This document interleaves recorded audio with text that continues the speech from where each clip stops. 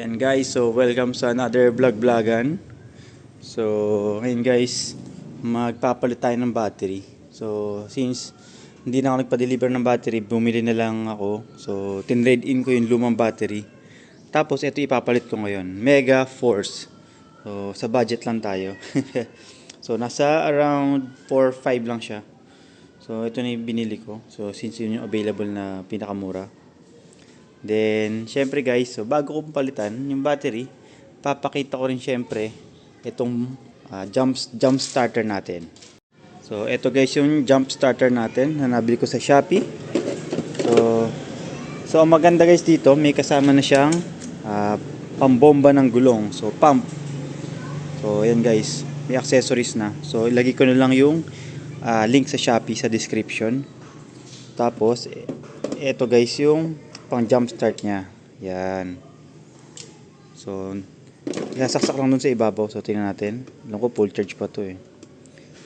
Long press. Ayan. Long press lang yung gitna. So, ayan guys.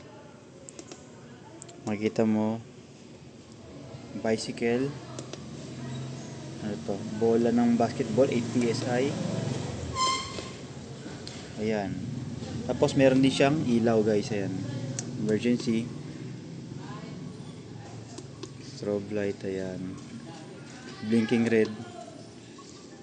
Yeah.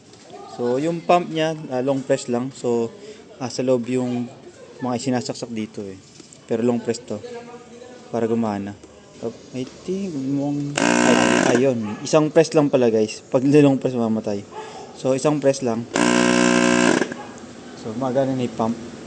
So, ngayon is, gagamitin natin to. Walang battery guys ha. Gagamitin natin to pang start ng kotse. So ayan guys, sinasaksak ko na. Kung nakikita nyo, ayan, nagbi-blink na siya ng red and green. So kailangan mag-stable siya ng green sa nakikita ko.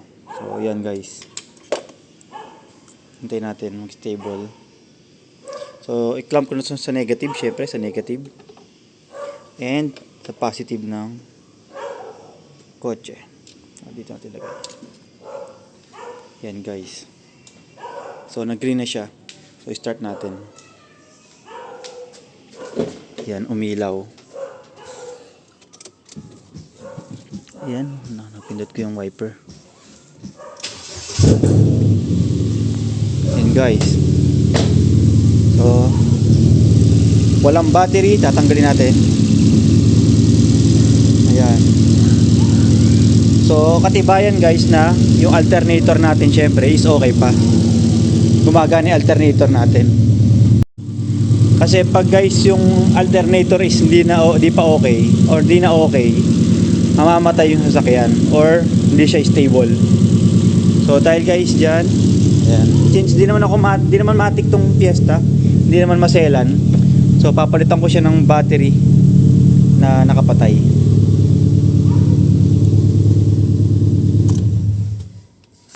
So yun, hinatay ko na. So palitan natin ng battery. So guys, yung mga screw dito is size 10mm yan. 10mm yung pambaklas ng battery. So yun guys, kabit na natin.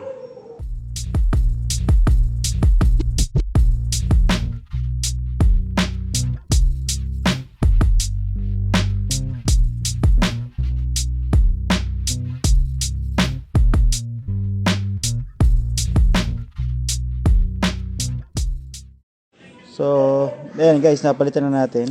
So, ayan, pakita ko. So, ayan na guys, yung bagong battery natin. So, start ko para ma-check natin na gumagana.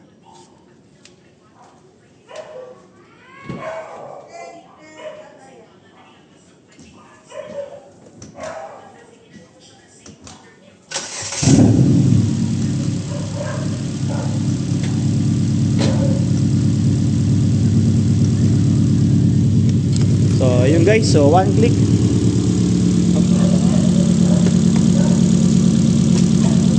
So, one click lang guys, bagong battery.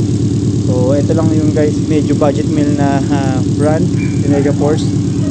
So, since yung ibang sasakyan namin kasi is Mega Force din yung gamit. So, yun na rin yung binili ko. So yun lang guys. So thank you sa mga nanood ng vlog-vlogan. So yan, see you on my next vlog.